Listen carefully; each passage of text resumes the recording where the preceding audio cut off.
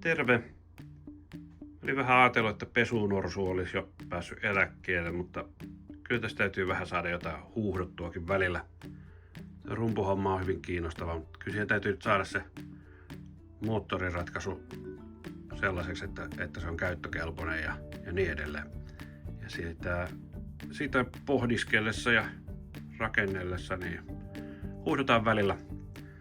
Ja nyt mulla olisi ajatuksena, että mä duunaan tähän pesunorsuun nyt sen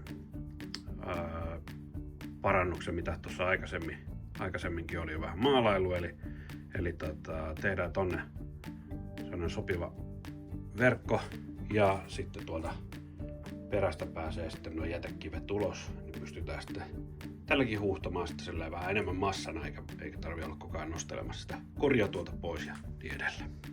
Semmonen tehdään tänään.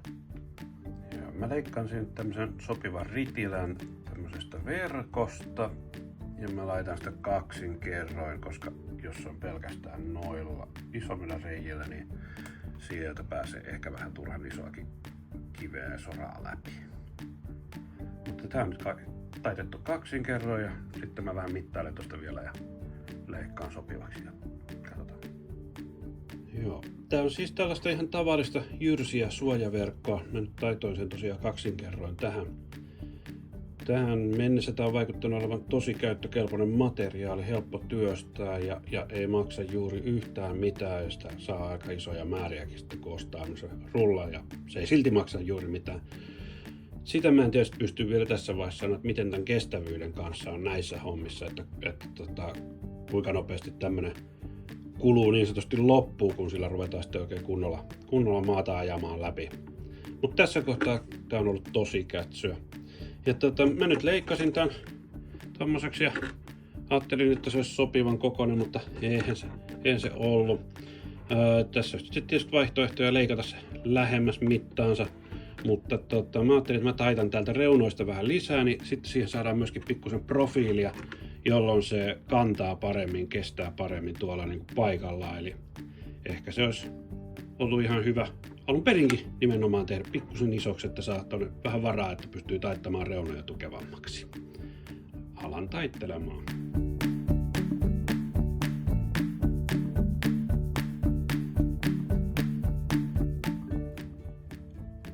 No niin, nythän se menee sinne aika kivasti. Pikkusen vielä vähän säätelyä sieltä ja täältä ja saadaan siitä sitten oikein hyvä tuon noin ja näin.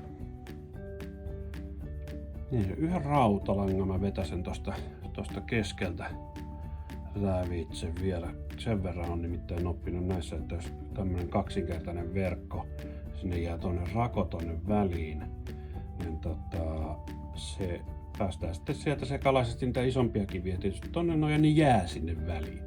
Mä vedän tähän yhden tuossa rautalangan tästä koko jutun poikki ja sen jälkeen se pysyy ainakin vähän paremmin yhtenäisenä toi verkko.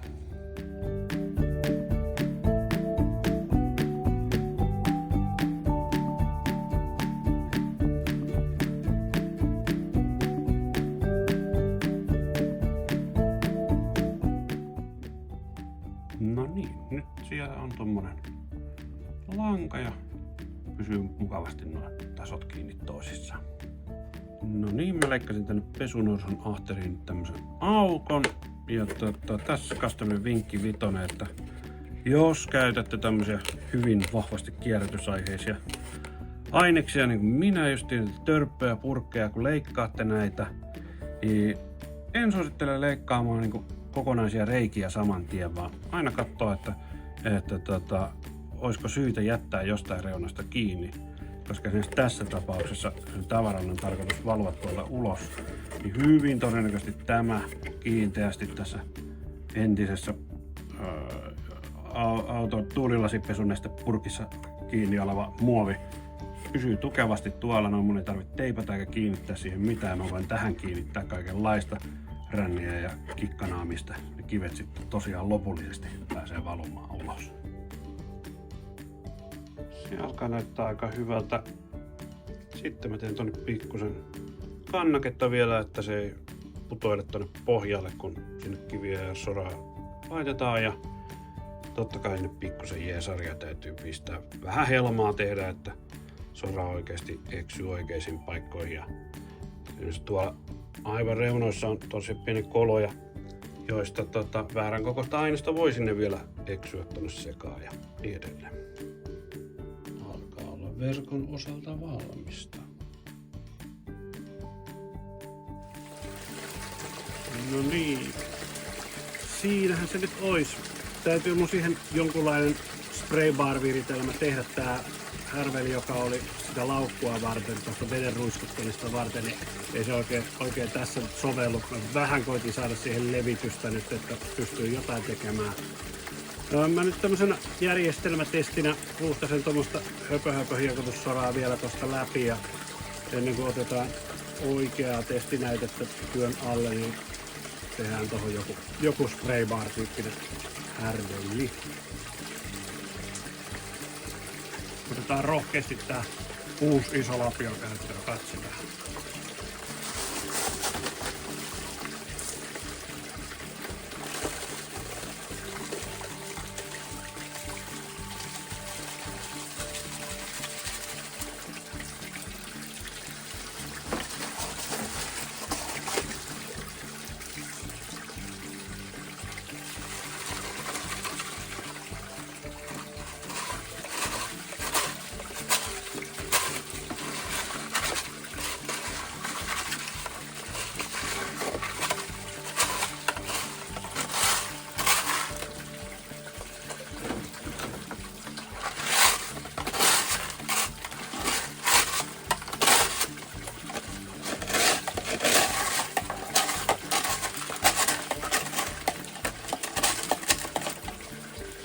Jahas, sinne jää.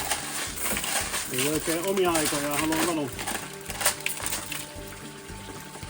Toinen yhdet semmoset tärykikkanatkin. Nehän saattais olla jotain, mitä pystyis soveltaa tän norsun kanssa. Tekis tästä semmosen pikkuruisen täryseulun.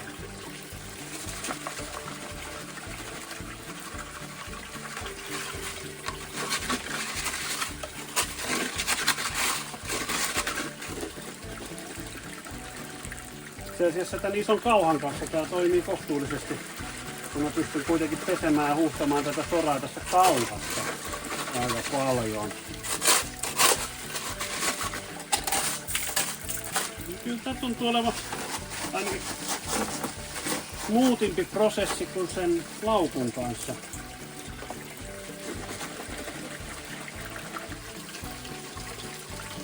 Joo. Kyllä se kohtalaisesti tuntuu toimivan. Aika sutjakasti noin tommoset höpö hiekotussorat siitä meni läpi. Saa nähdä, onko niissä mitään tuskin. Katsotaan. Alkaa olla jäämät tästä jäljellä. Vielä pikkusen tosta otan noita kevyitä pois. Sehän tämmöisessä hiekotussorassa on kehno, kun eihän me voi tietää yhtään, että mistä tää kaikenlainen ryönä tähän on tullut. Soraa on voitu kaivaa vaikka mistä. Tässä näyttää olevan granaatteja ainakin jonkun verran ja kaikenlaista semmoista. Tietysti ehkä ihan hauskaa harrastamista tämäkin. Katsotaan. Mä otan tästä vielä pikkuisen. Joo. Granaatteja siinä nyt ainakin on. Kullasta nyt ei vielä. Minusta siinä kyllä taida olla ainakaan mitään ihmeellistä. Mä napsin noita granaatteja tosta tuolta ja voidaan kohta ihastella niitä vähän makrona sitten.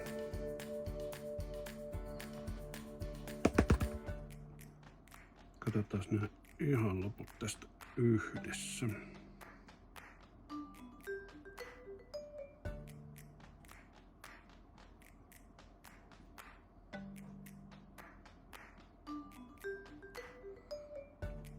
Siellä taitaa pikkusen joku hengetön tossa olla. Joo. Katsotaan.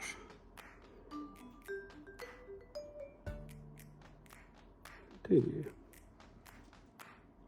Tuo yksi tuossa. Mä poimin sen, niin voidaan makroilla sitäkin vähän.